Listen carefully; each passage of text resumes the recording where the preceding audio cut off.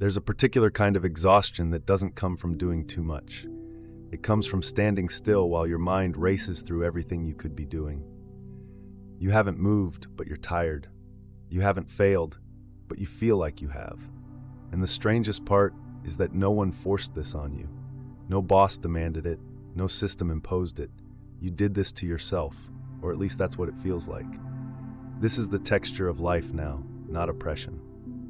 Not limitation, something stranger, a freedom so vast it starts to feel like a weight. For most of human history, the problem was constraint. You were born into a role, a place, a story already written. The farmer's son became a farmer. The daughter married who her family chose. Horizons were narrow, possibilities were few, and people dreamed of freedom, the chance to choose, to become, to write their own story. That dream shaped revolutions. It built democracies. It tore down walls. And then, somewhere in the last 50 years, the dream came true. The walls fell. The roles dissolved. You could be anything, move anywhere, become anyone. The cage opened. But here's what nobody anticipated. When everything becomes possible, something strange happens to the mind. It doesn't soar, it freezes. Or worse, it spins. It runs simulations endlessly, comparing paths, optimizing choices, never quite landing anywhere. The freedom that was supposed to liberate becomes a kind of maze with no exit. Not because the doors are locked, but because there are too many doors to count. Zygmunt Bauman saw this before most. He called it liquid modernity, a world where everything that used to be solid has started to melt. Institutions, relationships, careers, identities, nothing holds its shape long enough to grip. You can reinvent yourself every few years. You can leave, start over, become someone new. Sounds like a gift. But Bauman understood the shadow. When nothing holds shape, nothing holds you either. In the old world, constraints gave structure. They limited, yes, but they also oriented. You knew where you stood because there was ground beneath you. Now the ground itself is liquid. Every commitment feels provisional. Every choice feels reversible. And that reversibility, which seems like freedom, actually makes it impossible to commit fully to anything. Why would you? Something better might come along. Someone better. Some version of yourself you haven't discovered yet. So you wait. You research. You prepare. You keep your options open. That phrase we use like it's wisdom, when really it's a recipe for paralysis.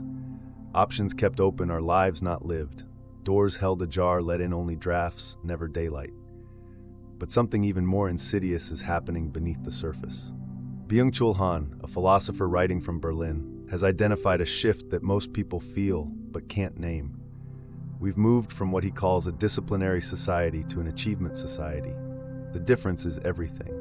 The old power operated through prohibition. You must not. There were rules, authorities, clear lines between allowed and forbidden. You could rebel against it, you could fight it, you could at least see it. The new power operates through possibility. You can, you should, there's nothing stopping you. It sounds liberating, it feels like support. But Han understood that this is a more perfect form of control, because you become your own overseer. If you can do anything, then any failure to do it is your fault. There's no one to blame, no system to resist, just you, falling short of your own infinite potential. And so you push harder, optimize more, rest less. Not because someone demands it, but because the voice in your head demands it. And that voice sounds exactly like encouragement. You can do this. You should be more. Why aren't you there yet? Han calls this the burnout society. We're not exhausted from oppression. We're exhausted from self-exploitation. We've become entrepreneurs of ourselves, simultaneously the product, the producer, and the marketing department. And there's never a finish line. There's always another version of yourself you haven't become, another skill to acquire, another level to reach. Think about what happens when you try to start something new today, a project, a channel, a business. You begin with excitement, then you research, and the research reveals how many people are already doing it, how many ways there are to do it, how many paths to success and failure. Each piece of information feels useful. You're learning, after all. You're being smart. But something is draining away beneath the accumulation.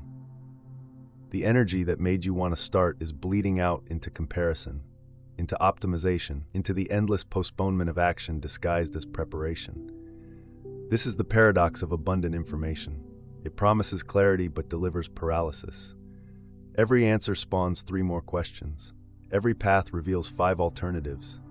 And the mind, trying to optimize, ends up spinning in place, exhausted from going nowhere, guilty for not moving, increasingly convinced that the problem is personal weakness rather than structural conditions.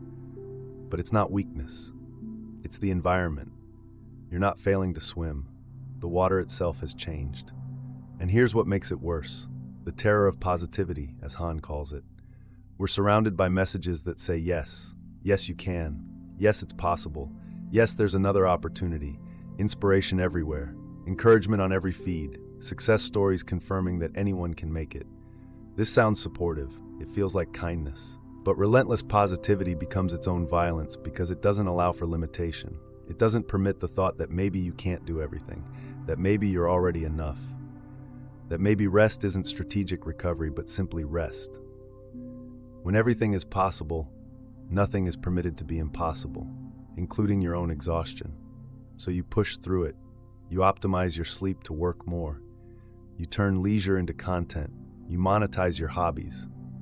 And slowly, imperceptibly, every corner of life becomes raw material for self-improvement. There's nowhere left to simply be. So what do?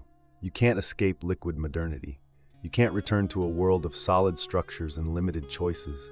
That world is gone, and honestly, much of it deserved to go. The old constraints weren't romantic. They were often brutal. The question isn't how to go back.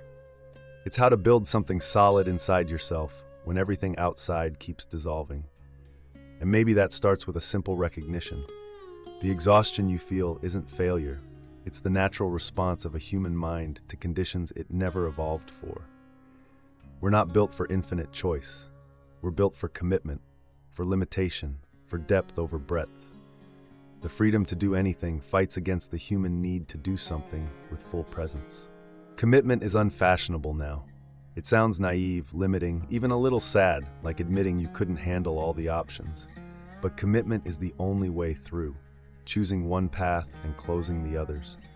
Accepting that you'll never know what those other lives would have held, grieving them a little, maybe, and then walking forward anyway. The paradox is this: limitation is the price of depth. You can't go deep while keeping everything open. You can't build something real while preserving every possibility. The liquid life offers breadth without bottom. To find ground, you have to stop flowing. You have to choose. Maybe the real freedom isn't the ability to do anything. Maybe it's the ability to do something, fully, committedly, without the constant hum of alternatives buzzing at the edge of your attention. Maybe freedom isn't the open door. Maybe it's the closed one, chosen deliberately, walked through without looking back. The world will keep offering options. The feed will keep showing you paths not taken. And the voice that sounds like encouragement will keep asking why you're not more, better, further along. But you get to decide which voice to listen to. You get to decide that enough is a destination, not a failure. You get to decide that one life, fully lived, matters more than 10 lives imagined. That's not a small thing. In a world designed to keep you spinning, standing still on purpose is almost an act of rebellion. Thank you for watching.